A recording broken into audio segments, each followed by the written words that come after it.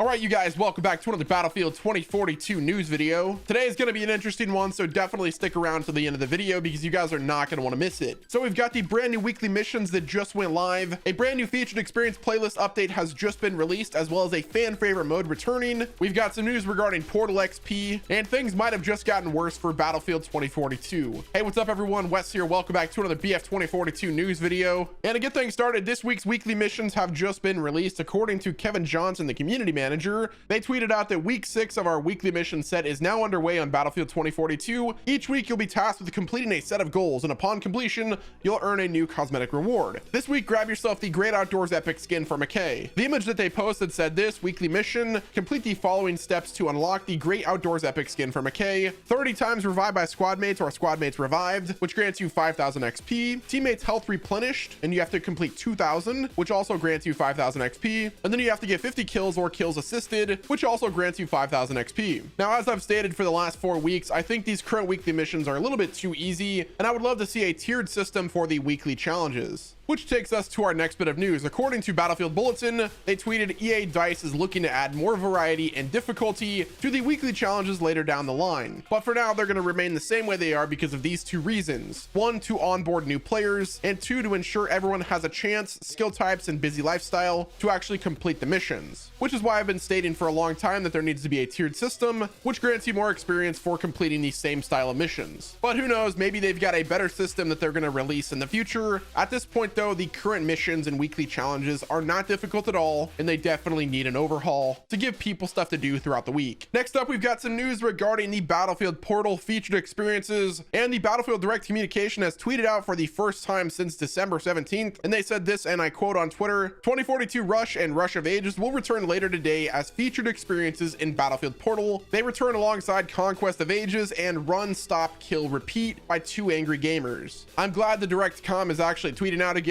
I was honestly hoping for a lot more news, but we're going to talk about that in just a few minutes. I also want to briefly talk about the new featured experience. According to Battlefield Bulletin, they said this: Run, Stop, Kill, Repeat is a 32-player free-for-all, first to 15. It features 1942 classes, random set of weapons, and the maps are going to be on 1942, Bad Company 2, Battlefield 3, and 2042 maps, and it will be available until January 20th. Moving right along to our next bit of news, we've got some information regarding Portal XP, and it's looking like we're getting close to Portal XP finally being fixed. A user on Twitter tagged a Ripple Effect developer with this: how has limited XP in Portal and tier 1 progression for 2042 items in Portal not been addressed yet? To which the developer Justin said this: thanks for bringing this up, you're not wrong. It's taking us too long to get this resolved. Something that should have been simple is proving to be quite complex, but look for an update next week. There will be a phased approach to improving the progression in Battlefield Portal. So that confirmed 2 things for us. Not only are we going to be getting an update to Portal XP, but it's looking like we might be getting an update next week as well. That might be a little bit of copium, but we've waited long enough, so it's bound to happen. Now I'd like to talk about a tweet from a user named Jason who actually tagged Drunksy with this. They said, did they force you to go radio silent? To which Florian, the lead game designer, said this: absolutely not, just very busy and not much time right now to reply, but I'll try to be active again soonish.